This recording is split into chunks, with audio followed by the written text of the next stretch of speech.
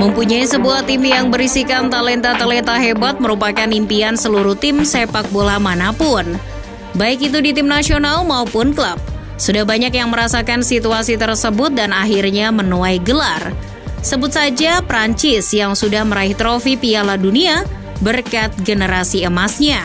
11-12 dengan Prancis di era 1990-an lalu, sebuah negara dari kawasan Eropa Utara, yakni Norwegia, juga pernah menikmati periode kepemilikan generasi emas di skuad mereka. Di bawah asuhan Egil Olsen, saat itu Norwegia punya nama-nama ciamik dalam diri Henning Berg, John Arne Riise, Tore Andre Flo, Kjetil Rekdal, dan Ole Gunnar Solskjaer. Yang membedakan Norwegia dengan Prancis adalah bagaimana cara mereka menjaga kualitas setiap generasi selanjutnya. Norwegia kesulitan menjaga kualitas regenerasi sehingga kekuatan mereka jauh menurun setiap tahunnya. Baru dalam beberapa tahun terakhir bibit-bibit unggul Norwegia mulai bermunculan.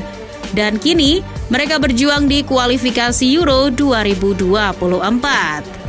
Ketidakmampuan Norwegia dalam menjaga rantai kualitas pemainnya tetap apik setiap tahun, membuat tim nasional mereka lenyap dari kompetisi internasional dalam waktu yang sangat lama.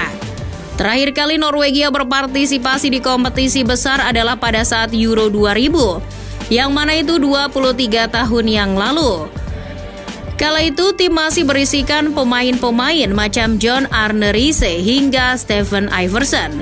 Namun di akhir masa-masa keemasan tim nasional Norwegia, mereka tak bisa berbuat banyak di kompetisi yang dimainkan di Belanda dan Belgia tersebut. Skuad asuhan Nils Johansson bahkan tak mampu lolos babak penyisihan grup. Tergabung dalam grup C bersama Spanyol, Yugoslavia, dan Slovenia, Norwegia hanya finish di urutan ketiga di bawah Spanyol dan Yugoslavia. Mereka mengumpulkan 4 poin melalui 1 kemenangan atas Spanyol dan 1 hasil imbang kala menghadapi Slovenia. Setelah keterlibatan mereka di Euro 2000, keberadaan Norwegia di kompetisi besar seakan lenyap. Menghilangnya Norwegia dari daftar peserta Piala Dunia maupun Euro bukan tanpa alasan dan bukan tanpa percobaan. Timnas Norwegia selalu mencoba tapi tak pernah berhasil menembus putaran final. Banyak faktor yang mendasari itu. Entah materi pemain yang tak mumpuni hingga performa tim yang inkonsisten. Norwegia sebenarnya pernah mencoba mengadopsi taktik Islandia yang lolos ke Piala Eropa 2016 dan Piala Dunia 2018 dengan membajak mantan pelatih mereka, Lars Lagerbäck, tak lama setelah gelaran Euro 2016. Sayangnya upaya tersebut gagal. Pelatih yang berhasil membawa Islandia hingga menembus perempat final Euro 2016 itu gagal membawa The Lions menembus Euro 2020. Pelatih asal Swedia itu akhirnya memutuskan untuk mundur dari kursi pelatih Norwegia di awal bulan Desember 2020. Posisi Lagerbäck pun digantikan oleh pelatih Norwegia saat ini, Ståle Solbakken. Berbicara soal kegagalan, barangkali yang paling menyakitkan adalah Piala Dunia 2022. Norwegia sejatinya punya kans besar untuk lolos ke putaran final Piala Dunia yang diadakan di Qatar tersebut. Bahkan hingga pertandingan terakhir, Erling Haaland CS sebenarnya masih bisa finish sebagai pemuncak klasemen. Namun mereka terlena dan menyia-nyiakan kesempatan emas di beberapa laga terakhir. Kandas dari Belanda di pertandingan terakhir bukanlah satu-satunya penyebab gagalnya Norwegia lolos ke Piala Dunia. Masalahnya bermula di 5 pertandingan terakhirnya di babak kualifikasi. Saat itu penampilan Norwegia seperti kurang fokus sehingga mudah kehilangan poin. The Lions hanya mampu memetik 2 kemenangan, 2 imbang, dan sekali kalah. Sialnya, saingan terdekat mereka, Turki, meraih 3 kemenangan beruntun di 3 partai terakhirnya. Penampilan angin-anginan tersebut harus dibayar mahal. Posisi Norwegia digantikan oleh Turki yang menyalip di saat-saat terakhir. Gagalnya Norwegia untuk terbang ke Qatar tak membuat skuad asuhan Ståle Solbakken kembali merapatkan barisan dan mencoba untuk bersaing mengamankan 1 tiket ke Euro 2024 di Jerman. Norwegia sendiri tergabung dalam grup A bersama Spanyol, Georgia, Skotlandia, dan Siprus. Di jeda internasional bulan Maret 2023, Solbakken memanggil seluruh pemain terbaiknya yang tersebar di berbagai belahan dunia. Untuk lini tengahnya saja, Solbakken memiliki Martin Odegaard yang performanya menanjak setelah mengantarkan Arsenal memuncaki klasemen sementara Liga Inggris.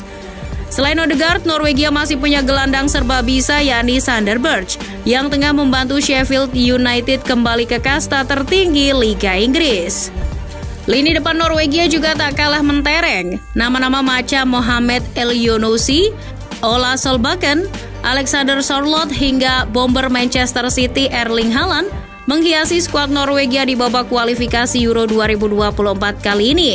Namun khusus Haaland, ia dikabarkan tak akan memperkuat tim nasional di 2 laga awal. Ini jadi permasalahan yang cukup serius bagi Norwegia.